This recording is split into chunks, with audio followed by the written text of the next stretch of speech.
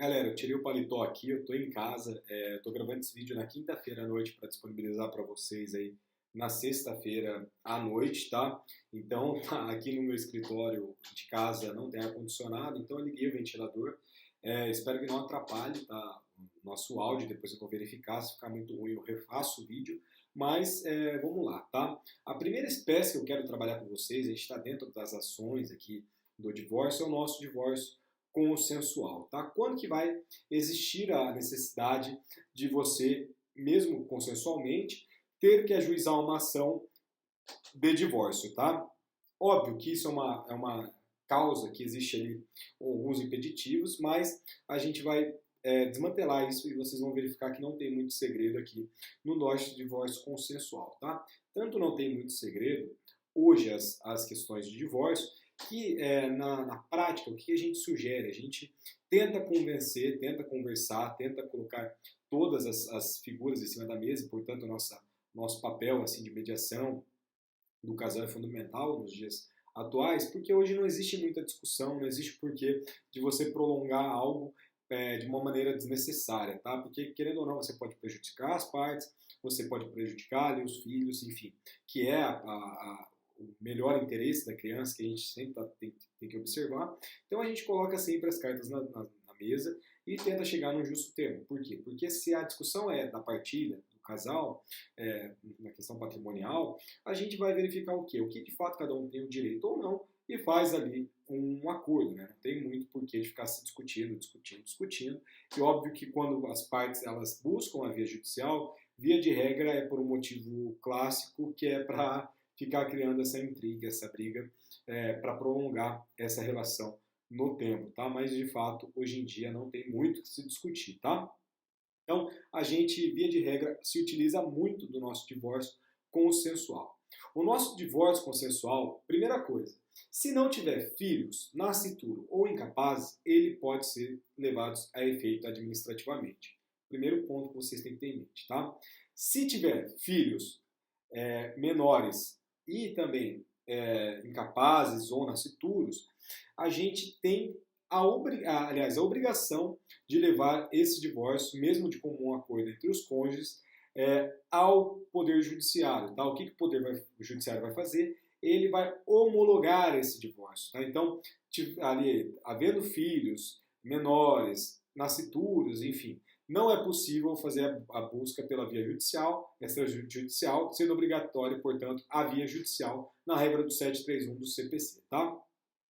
Um ponto que a gente também tem que deixar claro para vocês, que a lei não obriga as partes, por mais que esse divórcio seja consensual e não tenha nada impedido que elas façam pelo cartório, não tem uma obrigação da lei que fala assim, partes, vocês têm que fazer esse divórcio pelo cartório, tá? Não existe isso. É uma faculdade das partes. Por quê? Porque a nossa lei vai falar lá que podem as partes, tá? Então, se é um poder, é uma faculdade dos cônjuges. Então, como uma faculdade dos cônjuges, por mais que não haja um impeditivo ali no caso em concreto, as partes podem sim levar esse divórcio, por mais que seja consensual e não tenha filhos, por exemplo, menores, ao juiz. Tá? E o juiz ele não pode ali inadmitir, se recusar a homologar essa partilha. Óbvio que a gente tem também a nossa regra do artigo 5º, inciso 35 da nossa Constituição, que é a inafastabilidade da jurisdição, né? Mas é um outro fundamento, que é o nosso fundamento constitucional, que também guia aqui nossas relações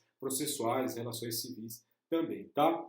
Então, essa é a nossa posição dominante, mas também existe uma crítica, uma parte da doutrina, que fala que, tendo um consenso entre as partes, não pode falar em lesão ou ameaça de direito. E a lesão ou ameaça de direito é o que será resguardada ali pelo uso da via judicial. Então, se não há uma lesão ou uma ameaça de direito, não teria o porquê das partes ajuizarem essa ação. Então, caberia o quê? Caberia o juiz, no caso ali, reconhecer a falta de interesse de agir a quem pretende essa dissolução amigável do casamento pela via judicial.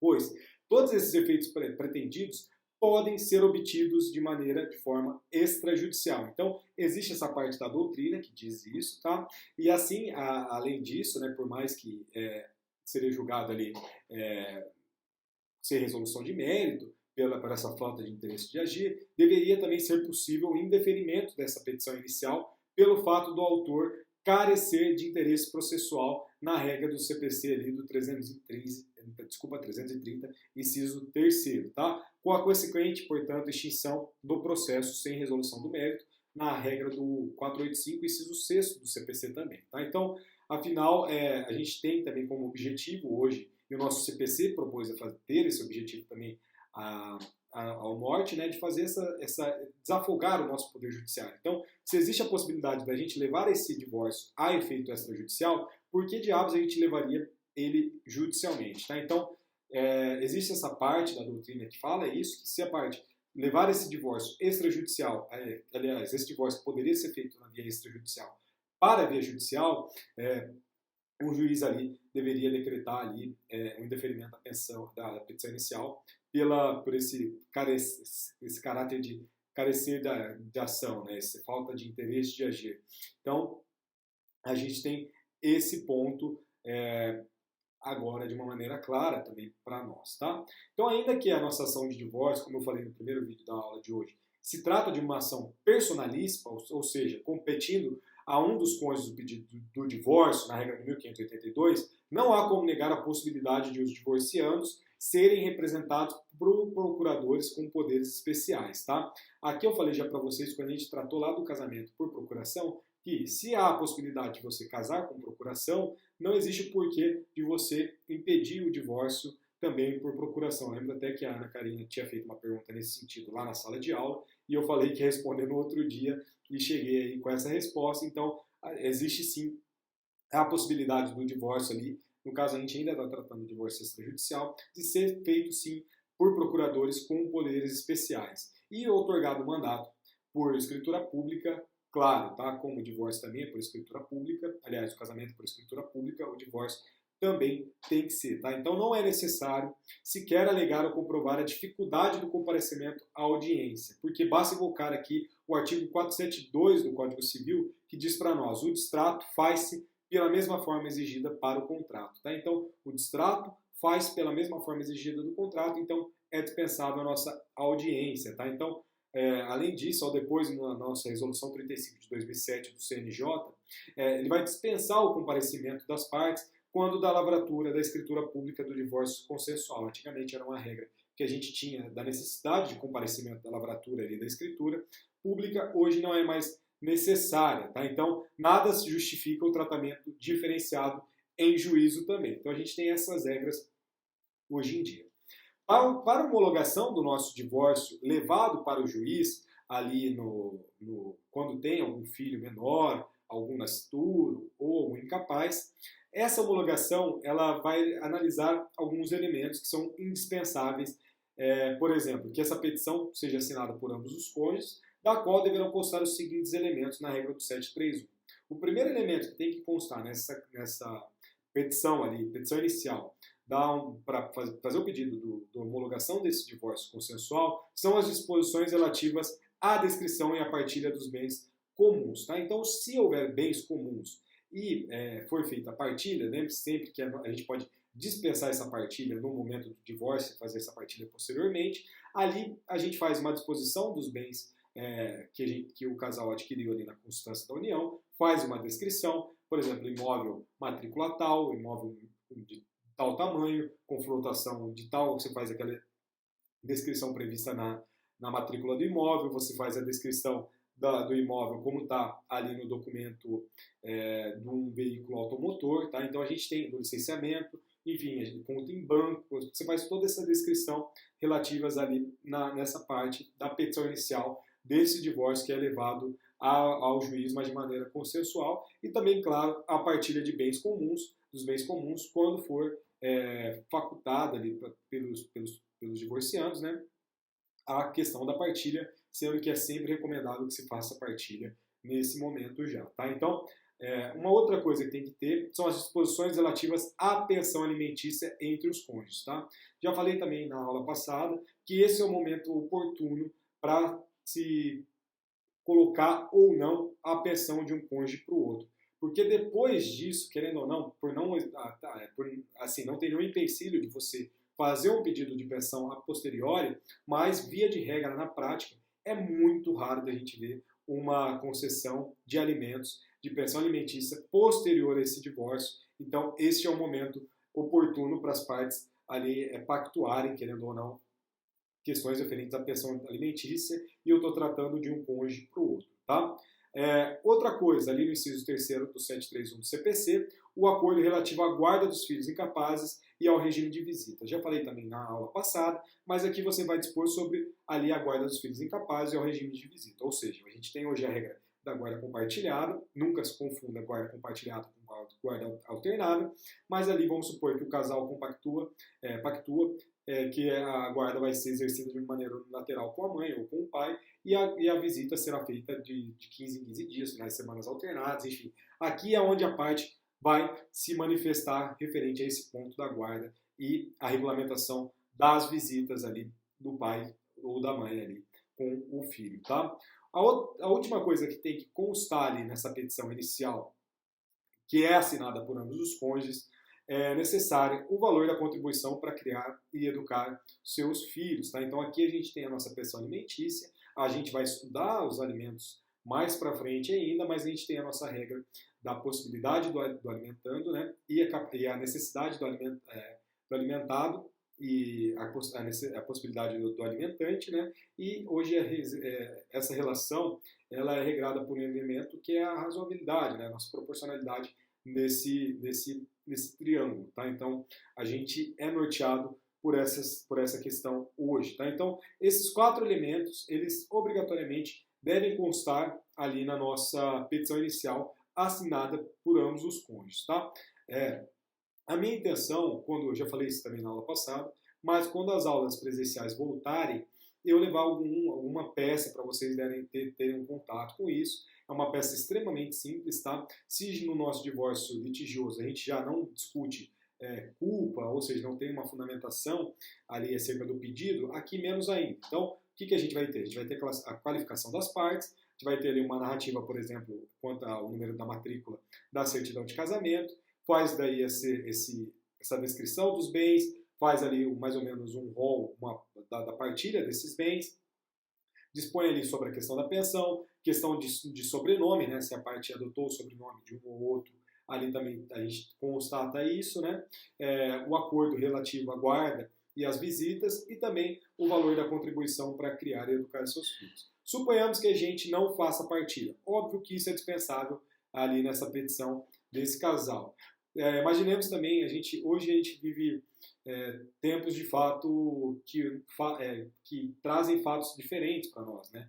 Que até mesmo desafiam o nosso legislador, e a gente já está acostumado com isso. Eu já tive, por exemplo, um caso de um divórcio consensual, que as partes elas continuariam coabitando sobre o mesmo teto, e aí como é que fica a questão da guarda? Que a gente não vai estipular a guarda, porque querendo ou não, se as partes vão coabitar sobre o mesmo teto, a residência do menor também, por óbvio, vai ser ali a casa que ele já reside. Então, essa parte também fica dispensada a dispor ali nessa petição. E aí eu também fiz isso, eu só alertei para a juíza, no caso aqui a doutora Marina, né? Eu alertei para ela falando que as partes, ali os divorciandos, eles continuariam coabitando sobre o mesmo teto, portanto não tinham que dispor sobre a guarda, tá? Mas sempre fazendo ali a ressalva para cumprir esse dispositivo do 731, tá?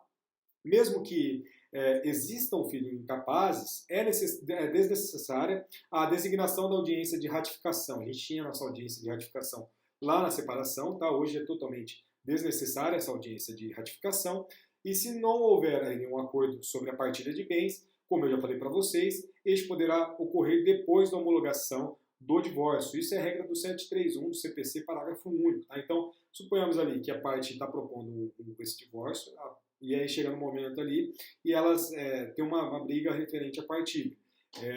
Por óbvio, você pode fazer o divórcio, não tem problema algum, e aí depois você fazer a partilha dos bens no momento posteriormente, é uma ação ali para se discutir de maneira específica a partilha de bens, e é muito recomendável isso também.